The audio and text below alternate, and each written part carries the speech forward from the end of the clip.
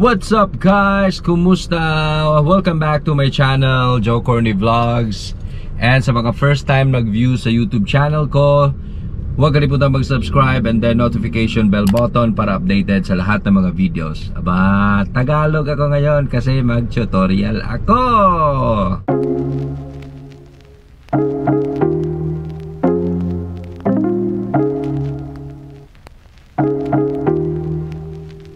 So actually, i-share ko lang kung ano yung ginagamit ko na video editor. Lahat ng mga vlogs na nasa YouTube ko are gawa dito sa mobile editor na ginagamit ko. So ito yung KineMaster. So ipapakita ko sa inyo kung gaano ba kagaling at gaano ba ka-easy, ka-convenient gumamit ng KineMaster. At alam nyo ba, cellphone lang yung ginagamit ko. Itong iPhone 6s yung ginagamit ko for my video editing. Eto. Alright, right now, nakikita nyo sa screen ang KineMaster. So ito yung ginagamit ko for my my vlog, kung saan dito ko ini-edit lahat ng mga videos ko.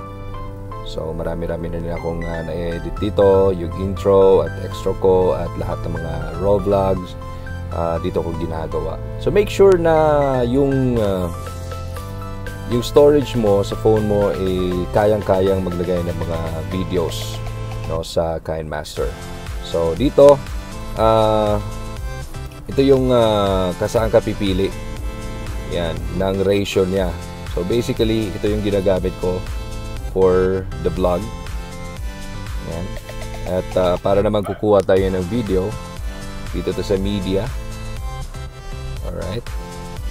So hanap tayo ng video na pwedeng ilagay. Try natin. So ito muna. Alright. Ang gwapo po ng model nyo. So ito yung ginagamit ko pag nag-edit. Tapos makikita nyo may media, audio, record at layer.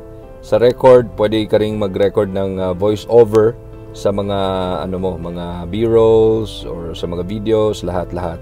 Pwede mong gawin dito. Yan. At ito nakikita nyo to. Ito yung para saan ka bibili, no, ng ito yung tinatawag na parang store niya o asset store na ni KineMaster. At ano ba yung nabili ko? Punta tayo dito. Sa effects, ito na po yung mga na download.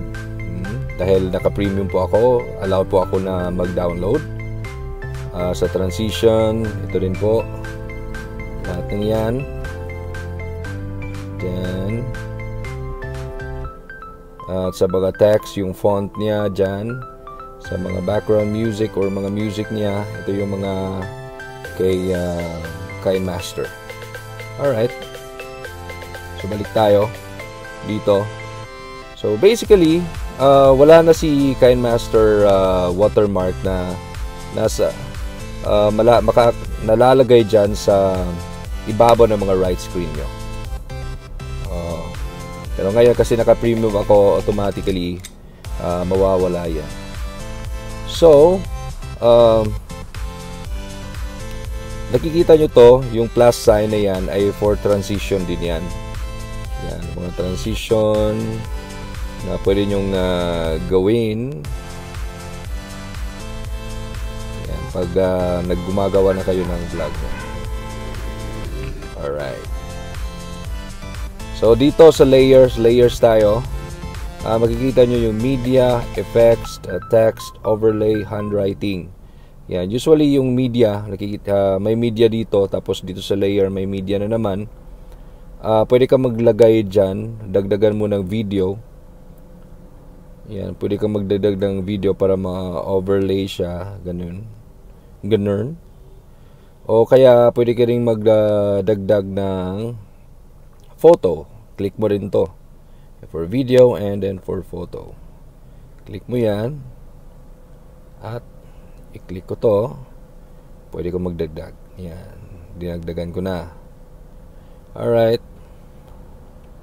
So itong mga ito, pag nag-click ka, like dito, click mo yung photo, lalabas sa right side niya yung mga pwede mong gagamitin.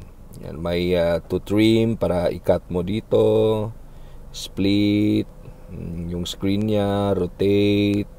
Ayan, pwede mong i-rotate niyan. Tapos animation, yung mga fading, pop, slide right, overall animation, ganon sa mga. Tapos ano pang meron, out animation, cropping, ito pwede mo i-crop itong picture. Chrome key, ito yung ginagamit pag nag green screen. Alpha, opacity, oppa, ganyan, para pwedeng malabo, hindi masyadong ano. Ayan. And yeah, marami dito. Pwede nyo ma-explore lahat yan pag naka-premium kayo. Alright. So, sa text tayo, ito yung pwede kang magdagdag ng yan, ng mga text. Pwede mo ring i-click itong font. Tapos, palitan mo yung font niya. Yun. Or, outline mo. Ayan. Ito yung napakasarap na pwede mo magawa sa KineMaster. Alright. So, pagkatapos ng text, overlay. Itong overlay, check natin. Ayan. Dito ako gumagawa ng mga effects, animation. Gaya nito. Sabi yun. Ito, mga broadcast. Ayan. Pagdagdag mo, para pa maging kwela yung ano mo, yung vlog mo. Yan. At yung handwriting, hindi ako masyadong gumagamit dito. Minsan lang pag gumagawa ako ng mga arrow, something na mga ganon, mga shapes. Alright, ganyan.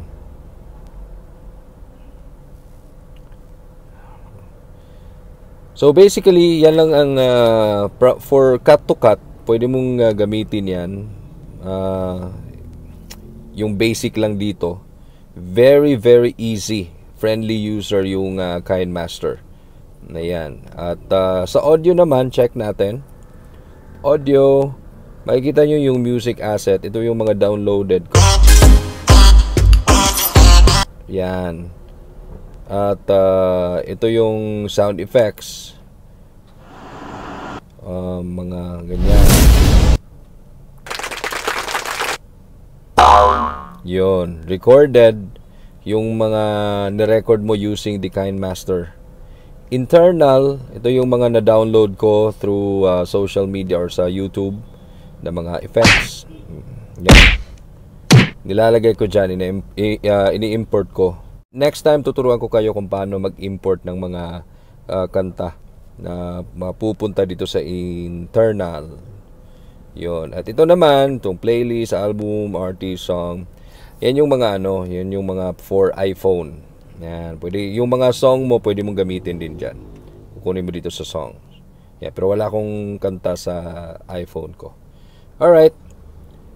So ito yung pinaka basic lang na ginagawa ko for my vlog.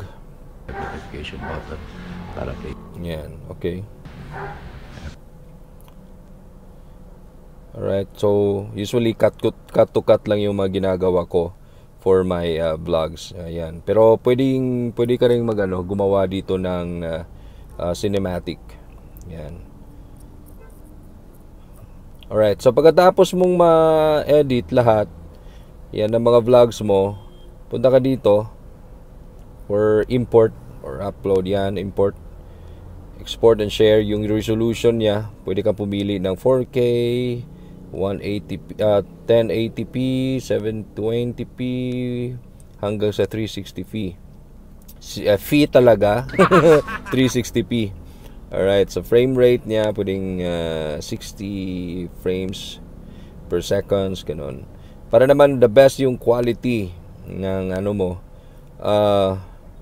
gamitin mo tong slide na ito hanggang sa high quality. Alright, tapos export ka, press mo lang to, at tapos bawal patayin or mag-open ka ng ibang application kasi magka-crash siya at balik ka sa uno. Ayan, so pagkatapos nyan, mapupunta yan automatically dun sa photo gallery mo. Right, so check natin dito sa photos, yun. At yan, ito yung sample. Ayan, yan yung nagawa kong sample. Alright, there you go guys. Maraming salamat sa inyong panunood sa aking video. At yan lang po muna ang i-share ko sa mga ginagawa ko for my vlog. Once again, KineMaster Pro Premium yung ginagamit ko for my video editing. So next time, abangan nyo rin kung ano yung pwede nyong matutunan dito sa YouTube channel ko for my tutorial. Salamat!